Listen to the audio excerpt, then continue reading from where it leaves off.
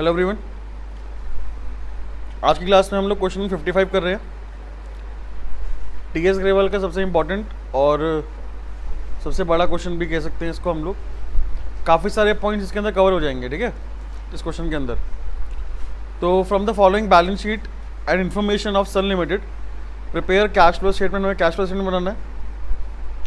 देखो सबसे पहली बात ना, यहाँ पे आप ध्यान देंगे कि हमारे पास नीचे जो भी एडिशनल पॉइंट्स है, देखो कितने सारे हैं, करीबन 8 हैं, ठीक है। तो वो हमें ध्यान में रखने हैं। तो ऐसा करते हैं कि पहली बात तो equity share capital, preference share capital यानी कि प्रपोज डिविडेंड है। उसके बाद बात करें तो 6 पॉइंट के अंदर प्रेफरेंस शेयर्स है, फिर 7 पॉइंट के अंदर इंटरिम डिविडेंड है, और 8 पॉइंट के अंदर फ्रेश इक्विटी शेयर प्रीमियम पे इशू करे हैं। तो यानी कि 4 पॉइंट तो हमारे किसके हो गए, शेयर कैपिटल के ही हो गए हैं, है ना। तो ये हम लोग एक साथ ही ले लेंगे। क्लियर? तो बनाओ भाई फॉर्मेट फटाफट एक बारी।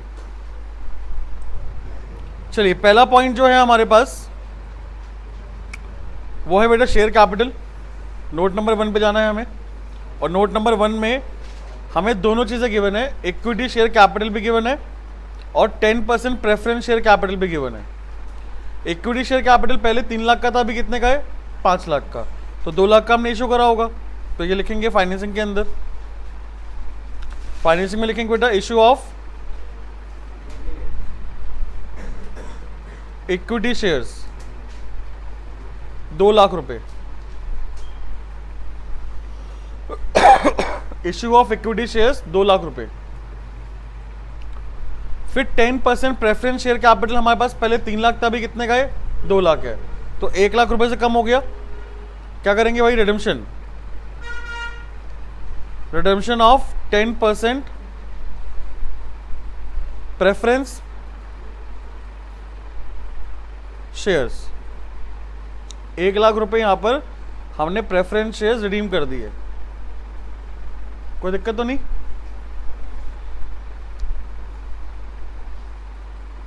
अब नीचे हमारे पास इससे रिलेटेड 4 पॉइंट हैं। पहला था प्रपोज डिविडेंड है। Propose dividend equity share capital का निल है, बट प्रेफरेंस कितना है, 10%। और हम लोग क्या करेंगे, प्रीवियस ईयर का लेते हैं। प्रीवियस ईयर का कितना लेंगे भाई, 10%। हाँ जी, 3 लाख का 10% कितना हुआ, 30,000।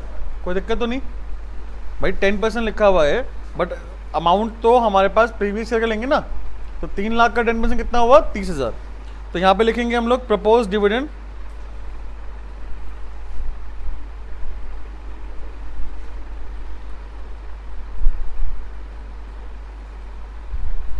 ₹30,000 माइनस कर देंगे, ठीक है। प्रपोज डिविडेंड ₹30,000 क्या कर देंगे बेटा, माइनस। और ऑपरेटिंग में क्या करेंगे बेटा, प्लस।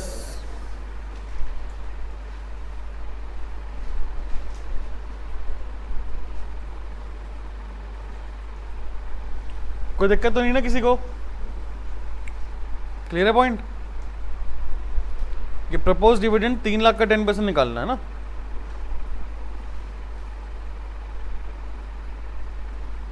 चलो आगे देखते हैं। आगे हमारे पास पहला पॉइंट कंप्लीट हो गया। उसके बाद पॉइंट नंबर 6 देखेंगे यार क्या लिखा हुआ है। प्रेफरेंस शेयर्स जो है ना वो हमने रिडीम कब करे हैं, 31 दिसंबर 2022 को, ठीक है। कब रिडीम करें, 31 दिसंबर 2022। अरे एक दिक्कत तो आ गई यार, 3 लाख का तो हमने 10% पूरे साल का ले लिया है ना। प्रॉब्लम है कि नहीं है? और लेकिन हमें कितने महीने का देना था, 9 महीने का। गलती करी है या नहीं करी, पहले बताओ। करी है ना गलती? नहीं करी बेटा। इंटरेस्ट थोड़ी ना है, पर एनम थोड़ी ना है, फ्लैट रेट है भाई, डिविडेंड फ्लैट रेट है। समझ में आई बात? तो ये गलती आप मत करना, कोई दिक्कत तो नहीं। यहां पर हमें ये पॉइंट गिवन है, प्रेफरेंस शेयर्स जो है वो रिडीम हुए हैं 31 दिसंबर 2022 को। ये सिर्फ और सिर्फ कंफ्यूजन करने के लिए दे रखा है ना, कि आप कंफ्यूज हो जाओ। बट हमें कंफ्यूज नहीं होंगे। क्यों? बिकॉज डिविडेंड मंथ वाइज नहीं निकलता, डिविडेंड जो है बेटा वो मंथ वाइज नहीं निकलता, इंटरेस्ट निकलता है मंथ वाइज, डिविडेंड नहीं निकलता। कोई डाउट किसी को यहाँ पे? पॉइंट नंबर 7, इंटरिम डिविडेंड जो है वो हमें 15% देना है इक्विटी शेयर का, और वो भी हमें कब देना है? 31 दिसंबर 2022 को। क्लियर? 15% निकालेंगे किसका वो अभी देखते हैं। कब दिया है इन्होंने? 31 दिसंबर 2022 को। तो 31 दिसंबर 2022 को इक्विटी शेयर हमारे पास जितने भी होंगे उसका 15% हमें इंटरिम डिविडेंड देना है। क्लियर? पॉइंट नंबर 8 पढ़ेंगे। जो फ्रेश इक्विटी शेयर हमने इशू करे हैं ना इस साल 2 लाख, वो हमने 5% के प्रीमियम पे करे हैं। कितने परसेंट के प्रीमियम पे? 5% के। वो भी कब करें? 31 मार्च 2023 को, यानी कि साल के आखिरी में करें। हाँ जी, साल के आखिरी में हमने इशू करे हैं ना, कोई दिक्कत तो नहीं है। तो 31 दिसंबर 2022 को, 31 दिसंबर 2022 को मेरे पास इक्विटी शेयर कितने होने चाहिए थे? दोबारा सुन लो, 31 मार्च 2022 को यानी कि साल की शुरुआत में 3 लाख के शेयर्स थे, आखिरी में कितने हो गए? 5 लाख। 2 लाख के यानी कि इशू करे हैं। इशू के हमें डेट भी गिवन है, क्या है? 31 मार्च 2023 है। 31 मार्च 2000। तो मैं आपसे क्वेश्चन ये पूछा है कि 31 दिसंबर 2022 को कंपनी में इक्विटी शेयर कितने के हैं? 3 लाख के हैं ना बेटा? कितने के हैं? 3 लाख। तो ये 3 लाख का 15% मेरा क्या होगा? इंटरिम डिविडेंड होगा। ये समझ में आई बात? जल्दी बताओ, कोई दिक्कत तो नहीं? क्लियर है पॉइंट? पक्की बात? मंथ वाइज कैलकुलेशन तो होनी नहीं है ना, बिकॉज डिविडेंड है ये। डिविडेंड का फ्लैट रेट होता है, कोई मंथ वाइज कैलकुलेशन इसके अंदर हम नहीं करते। तो 3 लाख का 15% कितना हुआ? 45,000 हुआ ना। तो ये हमें वही करना भाई।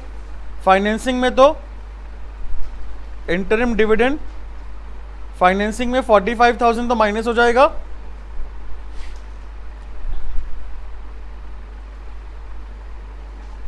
तीन लाख का 15%, और ऑपरेटिंग में प्लस हो जाएगा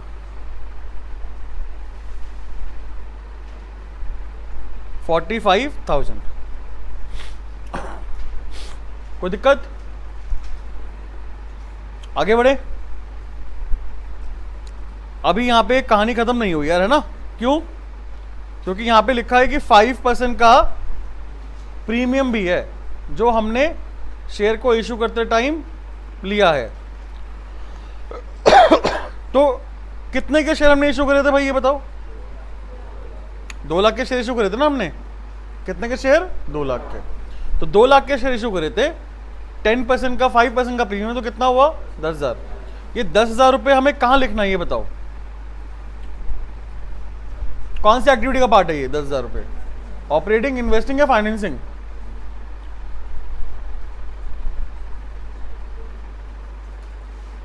भाई सिक्योरिटी प्रीमियम मेरे को रिसीव हुआ है, उसको मैं अलग से रिजर्व में लिखूंगा, मतलब डाल दूंगा, रिजर्व में डाल दूंगा उसको मैं। बट ये इन्फ्लो है ना मेरा, पैसा तो आया है ना। कौन सी एक्टिविटी के थ्रू आया है? तो फाइनेंसिंग में लिखेंगे ना 10,000 रुपये। सोच क्या रहे हो? बात क्लियर? क्या लिखेंगे? Security premium reserve, security premium लिखेंगे। कोई दिक्कत? कोई दिक्कत तो नहीं है? आगे बढ़ूं? देख लो आप एक बारी सेकंड पार्ट। अब सेकंड पार्ट हमारा क्या था? हाँ जी, reserve and surplus. Second note है हमारे पास। सेकंड नोट देखते क्या लिखा हुआ है। सेकंड नोट में एक तो सरप्लस गिवन है हमें, पहले 2 लाख था, अभी कितने का है? 4 लाख। तो नेट प्रॉफिट तो 2 लाख को हुआ। दूसरा सिक्योरिटी प्रीमियम कितना है? 10,000। कैसा है पता है ना आपको? पहले कुछ था नहीं, इस साल 10,000 रुपये रिजर्व आ गया। क्यों आया? क्योंकि हमने जो इस साल शेयर इशू करे थे वो 5% के प्रीमियम पे करे थे, है ना। तो 2 लाख का 5% कितना हुआ? 10,000। वही चीज़ है यार, वही अमाउंट आया है ना। चलिए कहाँ लिखेंगे? ऑपरेटिंग एक्टिविटी में लिखेंगे बेटा। Net profit closing minus opening, 2 lakh रुपए आ जाएगा। क्लियर है पॉइंट? आगे बढ़ते हैं फिर। नेक्स्ट पे आते हैं। नेक्स्ट हमारे पास है लॉन्ग टर्म बोरोइंग्स 10% डिबेंचर। पहले 2 लाख था, अभी कितने का है? तो हमने डिबेंचर इशू करा है। लिखो भाई फाइनेंसिंग के अंदर इशू ऑफ 10% डिबेंचर। 1 लाख रुपए था ना? कितने रुपए था? 1 लाख। अब नीचे देखो हमारे पास इसके बाद कोई इंफॉर्मेशन भी होगी यार, है? बिल्कुल है। पॉइंट नंबर 4, डिबेंचर जो है हमने कब इशू करे हैं? यानी कि शुरुआत में ही इशू कर दिए। तो पूरे साल, जल्दी बताओ, पूरे साल मेरे पास कितने रुपए के डिबेंचर हैं? पहले 2 लाख के थे, अभी कितने? 3 लाख के हैं। लेकिन जो 1 लाख हमने इशू करा है वो कब करा है? साल की शुरुआत में। तो पूरे साल मेरे पास कितने के डिबेंचर थे? 3 लाख के ना। तो 10% किसका निकालूंगा? 3 लाख का निकालूंगा। याद है? अगर ओपनिंग में इशू करा है तो क्लोजिंग वैल्यू पे इंटरेस्ट लगाना है, अगर क्लोजिंग पे इशू करा है तो ओपनिंग पे लगाना है। और सेम अगर ओपनिंग में रिडीम करा है तो क्लोजिंग पे लगाना है, और क्लोजिंग पे रिडीम करा है तो ओपनिंग वैल्यू पे इंटरेस्ट लगाना है। याद है आप लोगों को सबको? कोई दिक्कत तो नहीं? पक्की बात? तो 3 लाख का 10% कितना हुआ? 30,000। लिखो यहां पर इंटरेस्ट ऑन डिबेंचर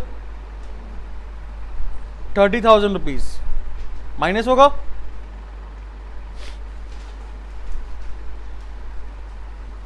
ठीक है।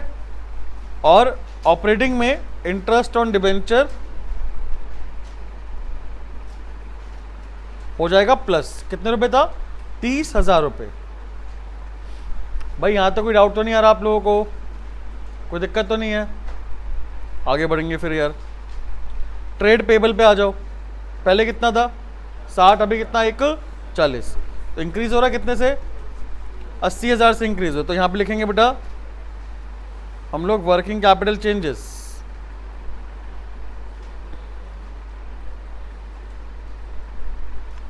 Working capital changes. ठीक है। इसमें लिखेंगे इंक्रीज इन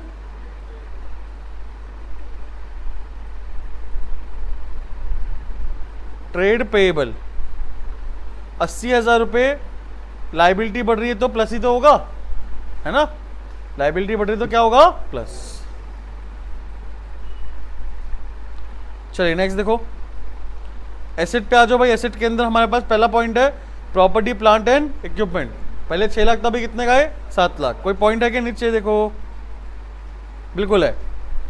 मशीन की जो बुक वैल्यू है 90,000 है, वो हमने कितने में बेची?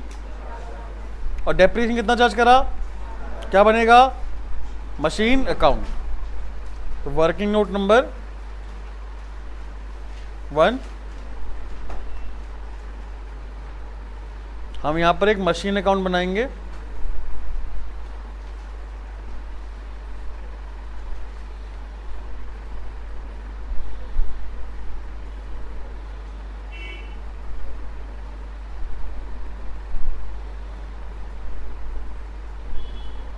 पर्टिकुलर रुपीज यानी अमाउंट, पर्टिकुलर अमाउंट।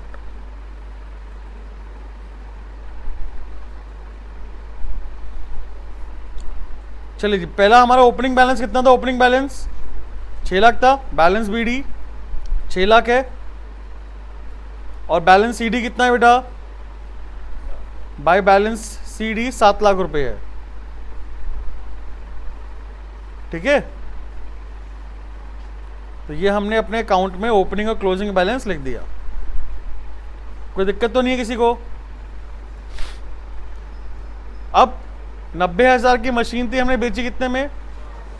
तो लॉस कितने का हुआ? 40 का लॉस हुआ। सबसे पहले क्या लिखेंगे भाई?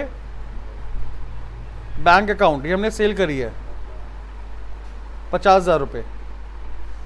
40 का हुआ नुकसान, वो भी क्रेडिट हो जाएगा by profit and loss account. ये हमारा लॉस हुआ है। ठीक है। और डेप्रीसिएशन इस साल हमने कितना चार्ज करा है? 60,000। 60,000 लिख दो बेटा बाय डेप्रीसिएशन अकाउंट। 60,000 रुपये। टोटल बताओ कितना हुआ? 8,50,000। और 6 लाख माइनस करेंगे तो कितना आएगा?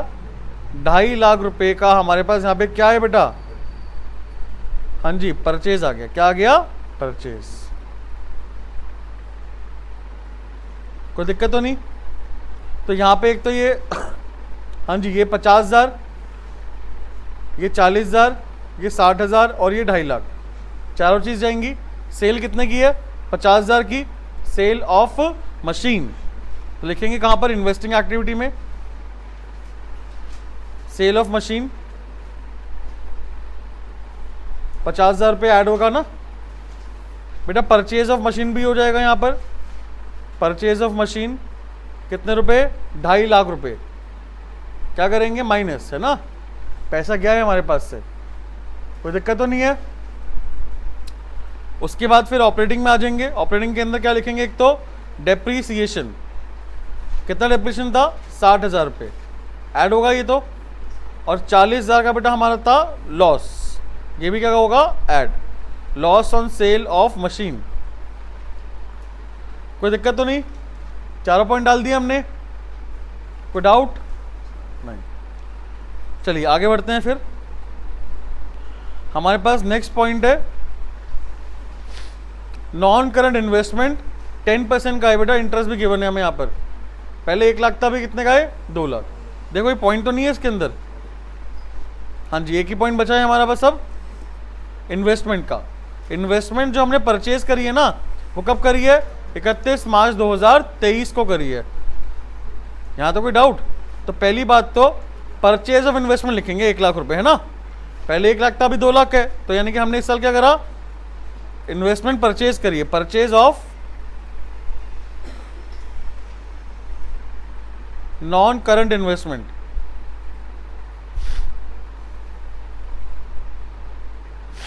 एक लाख रुपए, ये भी माइनस में आएगा।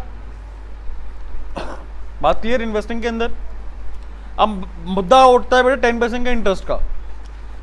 हमने जो 1 लाख का परचेज करा ना, वो कब करा? साल के आखिरी में। तो पूरे साल इन्वेस्टमेंट बस कितने की थी? सिर्फ 1 लाख की थी। कितने की थी? तो 1 लाख का 10% कितना हुआ? 10,000। तो 10,000 रुपीज का interest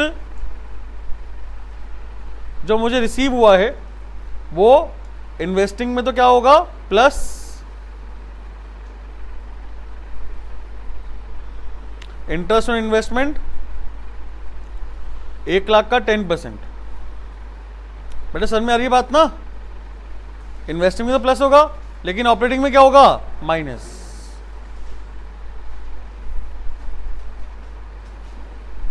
interest on investment.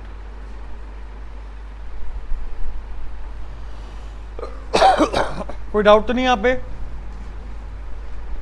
Clear है पॉइंट? चलिए बहुत बढ़िया।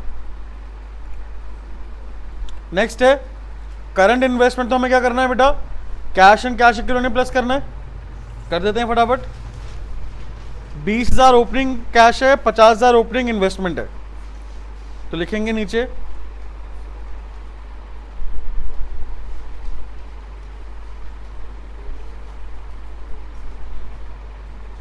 Opening cash plus opening current investment.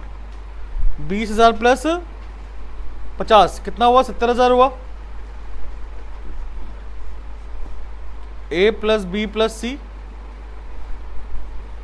फिर closing cash plus closing current investment. 80 plus 90 कितना हुआ? 1,70,000 रुपये। तो बेसिकली बेटा 1 लाख पॉजिटिव में हमारा आंसर आना चाहिए। तीनों को जब प्लस करेंगे ना हम लोग, ऑपरेटिंग, इन्वेस्टिंग, फाइनेंसिंग को, तो हमारा 1 लाख पॉजिटिव में आंसर आना चाहिए। क्लियर? चलो अब इन्वेंट्री है बेटा। इन्वेंट्री हमारे पास पहले कितने की थी? 1 लाख की। भी कितने की है? 2 लाख की। क्या करना है अपने को ये बताओ? हाँ जी, इंक्रीज इन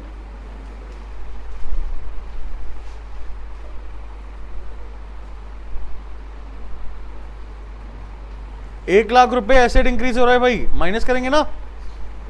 क्या करेंगे बेटा? Minus. Clear? Last point trade receivable, उसका नोट नंबर 3 है भाई हमारे पास। यार नोट नंबर 3 में ना हमारे पास प्रोविजन फॉर डाउटफुल डेट भी है। तो हम लोग ये बताओ माइनस करके जो अमाउंट है, यानी कि 1,90,000, 2,80,000 इसको कंपेयर करेंगे, या फिर प्रोविजन से पहले वाला जो अमाउंट है उसको कंपेयर करेंगे? प्रोविजन से पहले वाला। बात क्लियर? तो हमारे पास डेटर कितने के थे? 2 लाख और 3 लाख। तो 1 लाख से हमारा डेटर इंक्रीज हो गया, लिखेंगे इंक्रीज इन डेटर्स। 1 लाख रुपए डेटर्स इंक्रीज हो गए, ये भी क्या करेंगे हम लोग माइनस। बात क्लियर। प्रोविजन पहले कितने का था, 10 का, भी कितने का है, 20 का। तो 10,000 का प्रोविजन हमारे यहाँ पे इंक्रीज हो रहा है। क्या करेंगे, कहां पे आएगा सोचोगे, बताओ एक बारी। बिल्कुल ठीक बात है, ऑपरेटिंग में क्या करेंगे इसको, प्लस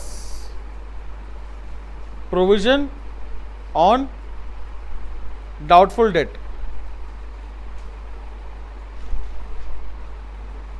ठीक है, कितने रुपए था बेटा, 10,000 rupees. Provision for doubtful debt 10,000 rupees, ये हम क्या कर देंगे, अपना ऐड कर देंगे। ऐड क्यों करेंगे, सब पता है ना, हमने प्रॉफिट में से 10,000 रुपीज निकाल कर प्रोविजन में डाल दिया। ठीक है, लेकिन वो कहीं मेरा कहीं पैसा यूज नहीं हुआ, प्रोविजन यूज होना हुआ है, कोई मेरा आउटफ्लो होना हुआ है, तो मुझे क्या करना पड़ेगा, ऐड बैक करना पड़ेगा। कोई डाउट तो नहीं है। चलो फटाफट टोटल करो, कितना आ रहा है बताओ। चलिए, तो भाई हमारे पास यहाँ पे ऑपरेटिंग का आंसर जो है 2,85,000 आ रहा है। ठीक है, लिख देंगे यहाँ पे हम लोग 2,85,000 प्लस करेंगे इसमें इन्वेस्टिंग का नेगेटिव में 2,90,000 है ना, और फिर फाइनेंसिंग का पॉजिटिव का 1,05,000 है। तो इन तीनों को हम लोग प्लस करेंगे तो हमारा आंसर पॉजिटिव में 1,00,000 आ जाएगा। कोई डाउट है किसी को, क्लियर है बेटा पॉइंट। चलिए, आज के लिए इतना बहुत है, हम लोग मिलते हैं नेक्स्ट क्लास में। Till then bye.